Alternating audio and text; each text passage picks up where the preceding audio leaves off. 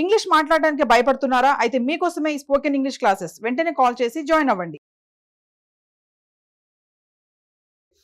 Hi అండి, అందరికి నమస్కారం. నేను మీ వేణుగోపాల్ రెడ్డి ఫ్రమ్ జోష్ ఇన్నోవేషన్స్ ప్రైవేట్ లిమిటెడ్. అయితే హ్యాపీ న్యూ ఇయర్లో ప్రతి సంవత్సరం కూడా మనం ఆ రెజల్యూషన్ చేసుకుంటాము, ఈ రెజల్యూషన్ చేసుకుంటాము, వెయిట్ తగ్గాలనుకుంటాము, లేకపోతే ఇంకా రకరకాల రెజల్యూషన్స్. ఈ సంవత్సరం బ్రహ్మాండంగా చదివేసి మన జేఈ మెయిన్స్లో మంచి పర్సంటేజ్ తెచ్చుకోవాలా, నీట్లో మంచి మార్క్స్ తెచ్చుకోవాలా, లేకపోతే క్యాట్ ఎగ్జామ్లో మంచి ఎంబీఏ కాలేజ్ సాధించాలనేటువంటి రెజల్యూషన్స్ చాలా చేసుకుంటూ ఉంటారు.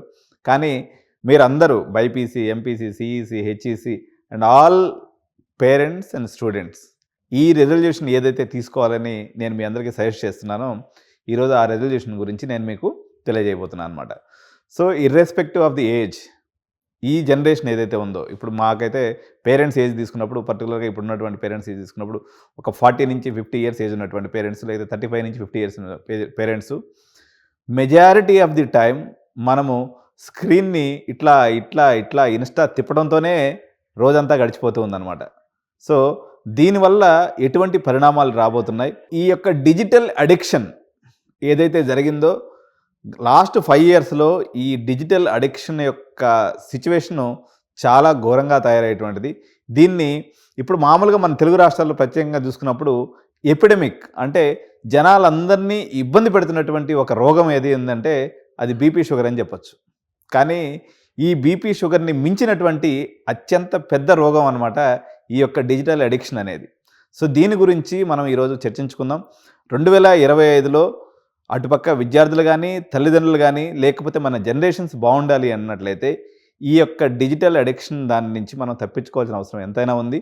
సో నేను నా రెజల్యూషన్గా, లేకపోతే నా యొక్క సబ్స్క్రైబర్స్ అనుకోండి, లేకపోతే నా వ్యూయర్స్ అనుకోండి, మీ అందరూ కూడా సుఖ సంతోషాలతో ఉండాలన్నా, మీ యొక్క ఫ్యామిలీ రిలేషన్స్ కానీ, మీ ఆరోగ్యం కానీ, మీ యొక్క బ్రెయిన్ హెల్త్ కానీ ఇవన్నీ బాగుండాలన్నట్లయితే ఈ యొక్క డిజిటల్ రెజల్యూషన్ అనేది తీసుకోవాలి. దీని గురించినటువంటి కొన్ని వాస్తవాలని మీరు తెలుసుకోవాల్సినటువంటి అవసరం ఉందన్నమాట.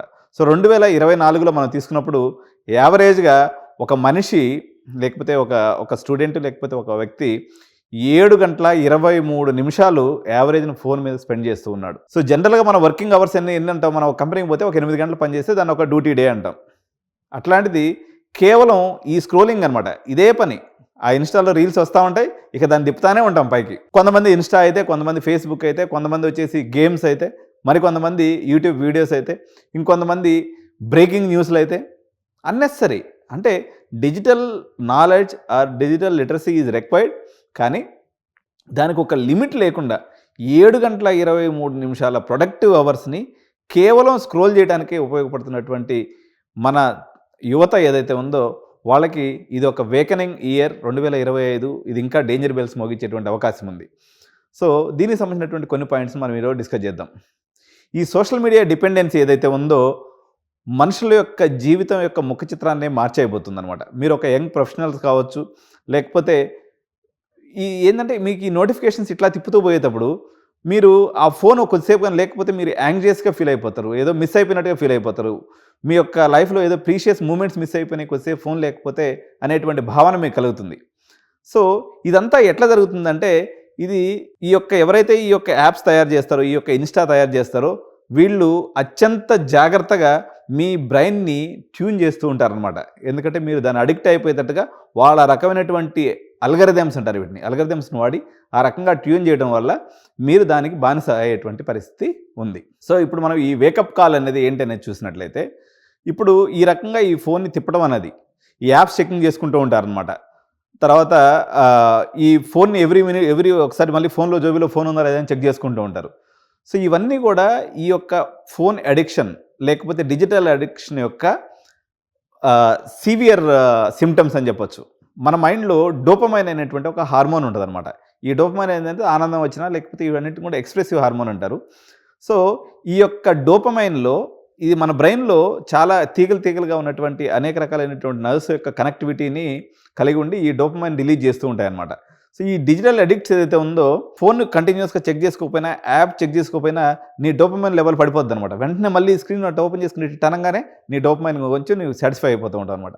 సో దీస్ ఆర్ ఆల్ ఒక పద్ధతి ప్రకారంగా జనాల్ని ఆ యొక్క ప్లాట్ఫామ్ మీద ఉంచడానికి ఆ ప్లాట్ఫామ్ ఓనర్స్ ఎవరైతే ఉన్నారో మేబీ ఇన్స్టా కావచ్చు, ఫేస్బుక్ కావచ్చు, లేకపోతే ఎనీ డిజిటల్ ప్లాట్ఫామ్, వాళ్ళు చేసినటువంటి అల్గరిథమ్స్ యొక్క మహిమలో మీరు అందరూ కూడా పడిపోయి రోజుకి 7 గంటల 23 నిమిషాలు మీ సమయాన్ని వృధా చేసుకుంటూ ఉన్నారనమాట. సో దీనివల్ల ఏం జరుగుతుందంటే మన సంబంధాలు ఏదైతే ఉన్నాయో తల్లిదండ్రులకి మధ్య, పిల్లల మధ్య కానివ్వండి, భార్యాభర్త మధ్య కానివ్వండి, లేకపోతే స్నేహితుల మధ్య కానివ్వండి, లేకపోతే బాస్కి లేకపోతే ఎంప్లాయీ మధ్య కానివ్వండి, ఇవన్నీ కూడా చెల్లాచెదురైపోతాయి. ఎందుకంటే మీ ఫోకస్ మొత్తం, మీ డోపమైన్ హార్మోన్ అంతా కూడా ఎంతసేపటికి నేను స్క్రీన్ తిప్పడం మీదే నిన్ను ఉంచుతుంది, కానీ నీకు ఇచ్చినటువంటి టార్గెట్స్ ఫిల్ చేయడం కానీ, అదేవిధంగా నీ మానసికంగా నీ ఆరోగ్యం గురించి కానీ ఏది పట్టించుకోకుండా దాన్ని సర్వనాశనం చేసేటువంటి పరిస్థితి ఉంది.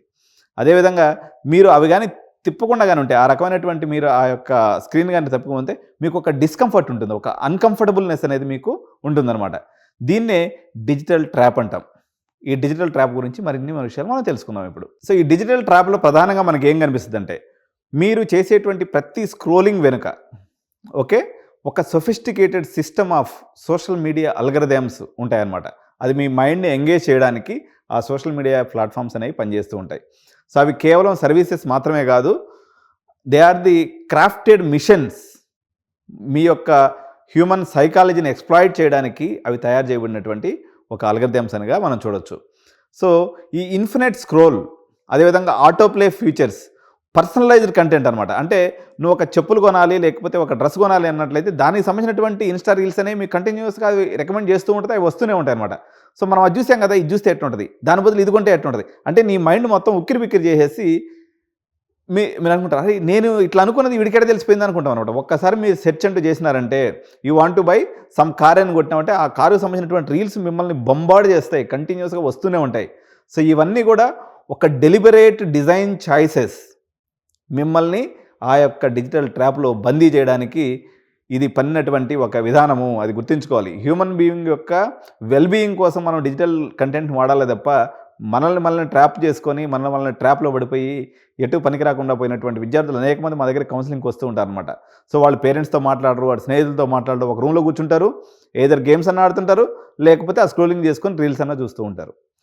సో ఒక రియాలిటీ చెక్ ఏంటి అని మనకి చూద్దాం మనం ఇప్పుడు. సో యాక్చువల్గా ఒక రియాలిటీ చెక్ అని మనం గమనించినట్లయితే అటెన్షన్ స్పాన్ అనేటువంటి ఒక పదం మీరు తెలుసుకోవాలి. అటెన్షన్ స్పాన్ అంటే ఒక వస్తువు మీద కానీ లేకపోతే ఒక దాని మీద కానీ మనం ఎంతైతే ఏకాగ్రత ఉంచుతామో దాన్ని అటెన్షన్ స్పాన్ అంటారు. జనరల్గా 2010లో ఒక క్యాలిక్యులేషన్ లేకపోతే ఒక రీసెర్చ్ ప్రకారము ఈ యొక్క అటెన్షన్ స్పాన్ అనేది మనకి 12 సెకండ్లుగా ఉండింది. సో ఈ యొక్క 14 ఇయర్స్లో అది ఎంతకు డ్రాప్ అయిపోయిందంటే 8 సెకండ్లకి డ్రాప్ అయిపోయింది అనమాట. సో దీన్ని ఒక గోల్డ్ ఫిష్ అని చెప్పి అంటారు. గోల్డ్ ఫిష్కి 8 సెకండ్ల అటెన్షన్ స్పాన్ ఉంటుంది. ఆ స్థాయికి మనం దిగజారిపోయాం. ఇంకోటి ఏం చేస్తున్నాం అంటే మల్టీ టాస్కింగ్ అంటే ఏంటంటే ఒక పనిని ఒకే సమయంలో చాలా పనులు చేస్తుంటారు అనమాట. ఉదాహరణకి మదర్ చేస్తుంటారు కదా, ఒక పక్క వంట చేస్తుంది, ఇంకో పక్క టీ పెడుతుంది, ఇంకో పక్క మనకి క్యారేజ్ దగ్గర చేస్తుంది. దీన్ని మల్టీ టాస్కింగ్ అంటారు. సో మనం ఏం చేస్తున్నాం అంటే కొద్దిసేపు అంటే ఒక స్క్రీన్లోనేమో క్రికెట్ పెట్టుకుంటాం, ఇంకొక స్క్రీన్లోనేమో బ్రేకింగ్ న్యూస్లు పెట్టుకుంటాం, ఇంకో దాంట్లోనేమో గేమ్ ఆడుతుంటాం. ఇవన్నీ చేస్తూ మనం చాలా ప్రొడక్టివ్గా ఉన్నామని చెప్పేసి మనం ఘనంగా సంతోషపడిపోతూ ఉంటాం. సో ఈ రకంగా మనం ఈ సోషల్ మీడియాలో ఉండటం వల్ల ఎటువంటి దుష్పరిణామాలు వస్తాయని నేను ఇప్పుడు మీకు చెప్తున్నాను. So excessive social media usage వల్ల యాంగ్జైటీ పెరిగిపోతుంది, డిప్రెషన్ పెరిగిపోతుంది, అదేవిధంగా లోన్లీనెస్ అంటే ఒంటరి అనేటువంటి ఒక భావన అనేది ఆ మనిషిలో పెరిగిపోతూ ఉంటుందన్నమాట. సో ఎవరైతే రోజుకి 2 గంటల పైన సోషల్ మీడియా ప్లాట్ఫామ్స్లో ఉంటారో వాళ్ళు ఈ యొక్క ఒంటరితనాన్ని వాళ్ళకి తెలియకుండానే అనుభవిస్తూ ఉంటారు. వాళ్ళు ఒంటరి అయిపోయేటువంటి అవకాశం అయితే ఖచ్చితంగా దీని మీద ఉంది. ఈ పిల్లలు, ఇది తల్లిదండ్రులు మీరు గమనించాలి. మరి ఇప్పుడు ఏం చేయాలి? దీనికి ఏంటి అంటే విధానం డిజిటల్ మినిమలిజం అనేటువంటి ఒక ఛాలెంజ్ని మనం 2025లో ఒక ఫిలాసఫీగా తీసుకొని మనం దీన్ని ఇంప్లిమెంట్ చేయాలి. సో ఇంటెన్షనల్ యూస్ మనకు అవసరం ఉంది, లేకపోతే ఇప్పుడు మనం ఎక్కడికి పోవాలి, గూగుల్ మ్యాప్ పెట్టుకోవాలి, ఇది అవసరం. లేదా మనం ఒక కారు కొనుక్కోదలుచుకున్నాం, రివ్యూస్ చూసుకోవాలనుకుంటున్నాం, అది ఒక అవసరం. లేదా పర్టికులర్గా మనకు ఒక కోడింగ్లో ఏదో ఒక అర్థం కాలేదు, దానికి సంబంధించినటువంటి ఒక వీడియో చూడటం అనేది ఒక అవసరం. సో ఇవన్నీ కూడా అవసరాలు అనమాట. మైండ్లెస్ కన్జంప్షన్ అంటే దిమాగ్తో పని లేకుండా ఊరినే ఇదిగో ఏళ్ళు తిరుగుతూనే ఉంటుంది. నేను చాలామంది విద్యార్థులను చూసినాను. దీంతో ఏమైపోద్దంటే వాడు ప్రొడక్టివ్గా ఉన్నటువంటి భ్రమలో జీవితాన్ని సర్వనాశనం చేసుకుంటాడు. ఎస్టర్డే నేను ఒక వీడియో చూశాను అనమాట. జనరల్గా పొలిటికల్ లీడర్స్ యొక్క స్పీచెస్ నేను ఎప్పుడు విన్నాను. ఈయన మన జేసీ ప్రభాకర్ రెడ్డి అని చెప్పేసి ఒక వీడియో పెట్టాడు, నేను అప్లోడ్ కూడా చేస్తాను మన ఛానల్లో. ఆయనకి 74 ఏళ్ల వయసు, వెటరన్ పొలిటీషియన్, ఎప్పటి నుంచో రాజకీయాల్లో ఉన్నాడు. ఆయనట ఒక శివాలయానికి పోయాడంట ఒక 3 days బ్యాక్. వెళ్తే ఒక విద్యార్థి అక్కడ కూర్చొని పరధ్యానంలో చాలా నిరోమయమైనటువంటి పరిస్థితిలో కూర్చొని ఉన్నాడంట. చూసి ఏం రా పిల్లగా ఎందుకు ఇట్లా ఉన్నామని ఆయన రాయలసీమ యాసలో అడగడం జరిగింది. సార్ నాకు 3 ఏళ్ళు అయిపోయింది బీటెక్ అయిపోయి, నాకు ఉద్యోగం రాలేదు, అందుకని నేను ఇట్లా దిగలుగా కూర్చొని ఉన్నా అని చెప్పిండు అనమాట. పాపం ఆయన కూడా సింపతి కలిగింది. సింపతి కలిగిన తర్వాత సరేరా ఎందుకు రాలేదు, ఏం చేస్తున్నావు అంటే, ఏం చేస్తున్నావు ఇప్పుడంటే నేను జాబ్ సెర్చ్లో ఉన్నానని చెప్పేసి ఆ పిల్లోడు అన్నాడు అనమాట. సరేరా మీ మదర్ ఏం చేస్తుందంటే, వాళ్ళ అమ్మ వచ్చేసి పాసి పని చేస్తుంది. పాసి పని అంటే అన్ని ఇళ్లలో పోయి పని చేసుకునేటువంటి ఒక స్త్రీ అనమాట. అతనికి తండ్రి కూడా లేడు. అంటే తండ్రి కూడా లేనటువంటి ఒక తల్లి 3 సంవత్సరాలు ఇంజనీరింగ్ చదివించడం అనేదే గొప్ప విషయం. ఈ ఎదవ 3 సంవత్సరాల పాటు జాబ్ సెర్చ్ అనే పేరుతో ఖాళీగా ఉన్నాడు చూడండి.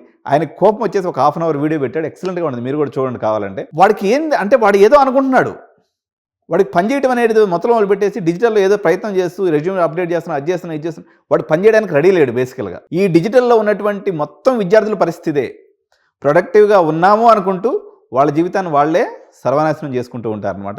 ఇదందరూ కూడా ఒక హెచ్చరికగా తీసుకోండి. మీరు ఇప్పుడు నేను అనేక టిప్స్ చెప్తాను, మీరు ఈ యొక్క డిజిటల్ మినిమలైజేషన్ లేకపోతే ఈ డిజిటల్ ట్రాప్ నుంచి మీరు తప్పించుకునేదానికి మీకు కొన్ని టిప్స్ కూడా చెప్తాను అనమాట ఈరోజు నేను. సో 2025 రెజల్యూషన్గా మనం నెక్స్ట్ 90 డేస్ని డిజిటల్ డీటాక్స్ ఛాలెంజ్ అనేదాన్ని మనం తీసుకుందాం. మనం అందరం కూడా మన సబ్స్క్రైబర్స్ అనుకోండి, వ్యూయర్స్ అనుకోండి.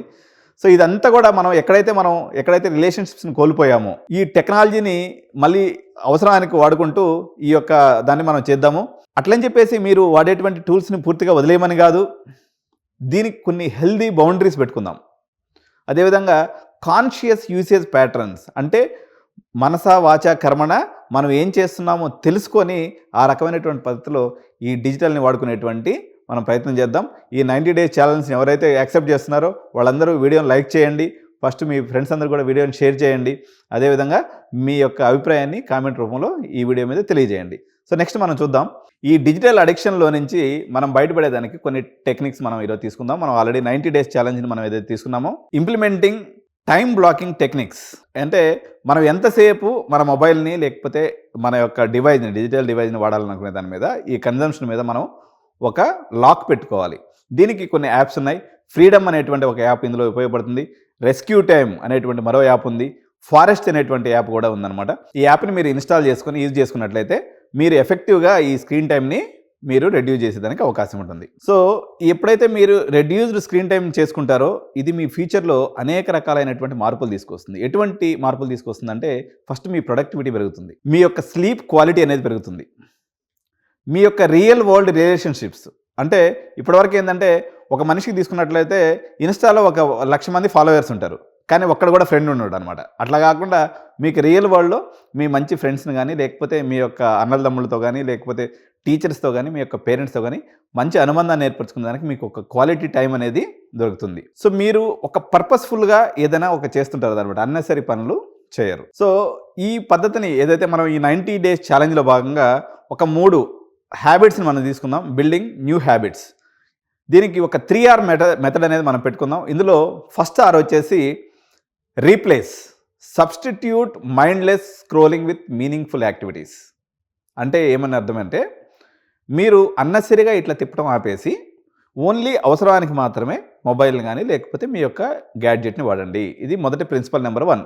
సో రెండో R ఏంటంటే రెస్ట్రిక్ట్. ఇందాక నేను చెప్పాను కదా, అనేక యాప్స్ చెప్పాను, ఫ్రీడమ్ లాంటి యాప్స్ చెప్పాను. మీకు కొన్ని బౌండరీస్ పెట్టుకోండి. రోజుకి ఇదిగో ఫస్ట్ 7 అవర్స్ 8 అవర్స్ వాడుతున్నారు అనుకోండి, ఒక 6 అవర్స్కి, దాని తర్వాత ఒక 4 అవర్స్కి, దాని తర్వాత ఒక 2 అవర్స్కి మీరు ఆ టైంని రెస్ట్రిక్ట్ చేసుకుంటూ రండి. నెక్స్ట్ థర్డ్ R ఏంటి అంటే రివార్డ్. ఏదైనా నేను కూడా మంచి పని చేసినప్పుడు శభాష్ చెప్పుకుంటాను నాకు నేనే. ఎందుకంటే మనం ఏదైనా మంచి పని చేసినప్పుడు ఎవరో పొగడతారనే దానికన్నా ఇప్పుడు మీరు అచీవ్ చేశారు. ఫస్ట్ 7 అవర్స్ ఉన్నటువంటి బౌండరీస్ టైంని మీరు ఒక 5 అవర్స్కి తగ్గించగలిగారు. దాని తర్వాత 3 అవర్స్. ప్రతిసారి మీకు మీరు శభాష్ చెప్పుకోండి, మీ ప్రోగ్రెస్ మీరే సెలబ్రేట్ చేసుకోండి. సో ఇలా చేసినందువల్ల ఏం జరుగుతుంది, ఇట్లా ఎప్పుడైతే మీరు ప్రాక్టీస్ చేయడం మొదలు పెడతారో మీరు ఇంకొన్ని యాక్టివిటీస్కి డైవర్ట్ అవ్వండి. ఉదాహరణకి బుక్ రీడింగ్ చేయండి, కొంచెం యోగా ప్రాక్టీస్ చేయండి, ఎవరన్నా ఫ్రెండ్స్తో కానీ లేకపోతే చిన్న చిన్న డిబేట్స్తో లేకపోతే ఫేస్ టు ఫేస్ కన్వర్జేషన్స్లో పార్టిసిపేట్ చేయండి. అప్పుడు మీకు చిన్న చిన్న ప్లెజర్స్, ఎందుకంటే మనిషికి ఈరోజు ప్లెజర్ లేకపోతే ఆనందం అనేది ఒక పెద్ద టాస్క్ అయిపోయింది. ఒకప్పుడు పేరెంట్స్తో మాట్లాడటం ఒక ప్లెజర్, అమ్మతో మాట్లాడటం ఒక ప్లెజర్, అమ్మతో కలిసి వంటలో పార్టిసిపేట్ చేయడం ఒక ప్లెజర్, నాన్నతో కలిసి వాకింగ్కి వెళ్ళటం ఒక ప్లెజర్. ఇలాంటి ప్లెజర్స్ అన్నీ విద్యార్థులకి దూరం అయిపోయినాయి. వాళ్ళ ప్లెజర్స్ ఎందుకంటే వాళ్ళ యొక్క యాక్చువల్ ప్లెజర్ ఏందనేది గుర్తించలేనటువంటి పరిస్థితిలో వెళ్ళిపోయారు. ఎప్పుడైతే మీరు ఈ ప్రాక్టీస్ చేస్తారు, నేను చెప్పినటువంటి త్రిబుల్ అనుకోండి, లేకపోతే ఈ డిజిటల్ డీ అడిక్షన్ ఏదైతే మనం 90 డేస్ ప్రోగ్రామ్లో మీరు కానీ రోజు కానీ పార్టిసిపేట్ చేసి మీరు కానీ చేసినట్లయితే మీ ప్రోగ్రెస్ని ఎప్పటికప్పుడు కామెంట్స్ రూపంలో కూడా తెలియజేయండి. సో మనం దీన్ని ఈ రకంగా ముందుకు తీసుకెళ్దాం. సో ఫైనల్గా కన్క్లూజన్ ఏంటంటే 2025 సంవత్సరం యొక్క రిజల్యూషన్ ఏం కావాలి మనందంటే డివైజు మనల్ని డ్రైవ్ చేయటం కాదు, మనము టెక్నాలజీని లేదా డివైజ్ని డ్రైవ్ చేసే పరిస్థితిలోకి మనం అందరం కూడా రావాలి. సో ఇంకొన్ని స్టెప్స్ మనం చూద్దాం ఈ డిజిటల్ ట్రాన్స్ఫర్మేషన్ గురించినటువంటి స్టెప్స్. ఇందులో ఫస్ట్ స్టెప్ ఏం చేస్తారంటే మీరు ఆ యొక్క screen time app tracking app చెప్పాను కదా, యాప్ని డౌన్లోడ్ చేసుకోండి. ఫస్ట్ మీరు ఐడెంటిఫై చేయాలన్నమాట. మీరు బాగా ఎక్కువ మీ టైం కన్జ్యూమ్ చేస్తున్నటువంటి యాప్స్ ఏమున్నాయో ఒక 3 నోట్ చేసుకోండి. ఫస్ట్ వాటి మీద వర్కౌట్ చేయండి, వాటి యొక్క టైంని తగ్గించుకునేటువంటి ప్రయత్నం చేయండి. ఏదైతే మనం డిజిటల్ రెవల్యూషన్ ద్వారా ఇంత టెక్నాలజీని సాధించామో వాటిని మనం ఎంజాయ్ చేయాలంటే ఫస్ట్ మనం ఉండాలి, మనలాగా ఉండాలి, మనం స్పృహతో ఉండాలి. అప్పుడే ఈ టెక్నాలజీని కానీ లేకపోతే ఈ యొక్క గ్రోత్ని కానీ మనం ఎంజాయ్ చేయగలం తప్ప మనం దానికి దొరికిపోయినాం అనుకో మన యొక్క ఎంజాయ్మెంట్ ఎటువంటిది కూడా మనకు ఉండదు. అదేవిధంగా పోస్ట్ డిజిటల్ ఏజ్ అంటే ఇంకొక 10 ఏళ్ళ తర్వాత ఇంకా ఎన్నో అద్భుతమైనటువంటి రెవల్యూషన్స్ టెక్నాలజీస్లో ఎన్నో రాబోతున్నాయి అన్నమాట.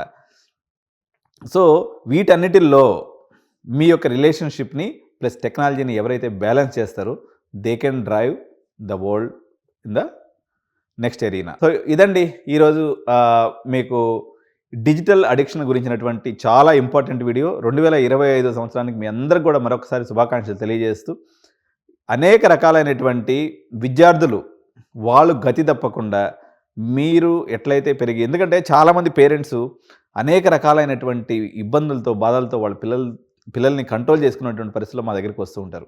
సో తల్లిదండ్రులారా మీరు మీ యొక్క విద్యార్థుల చేత కూడా ఈ యొక్క డిజిటల్ డీ అడిక్షన్ అనేటువంటి దాన్ని ప్రాక్టీస్ చేయించండి. అవసరమైతే ఎక్స్పర్ట్స్ని కలవండి, సైకాలజిస్ట్ని కలవండి, లేకపోతే మాలాంటి కౌన్సిలర్స్ని కలవండి.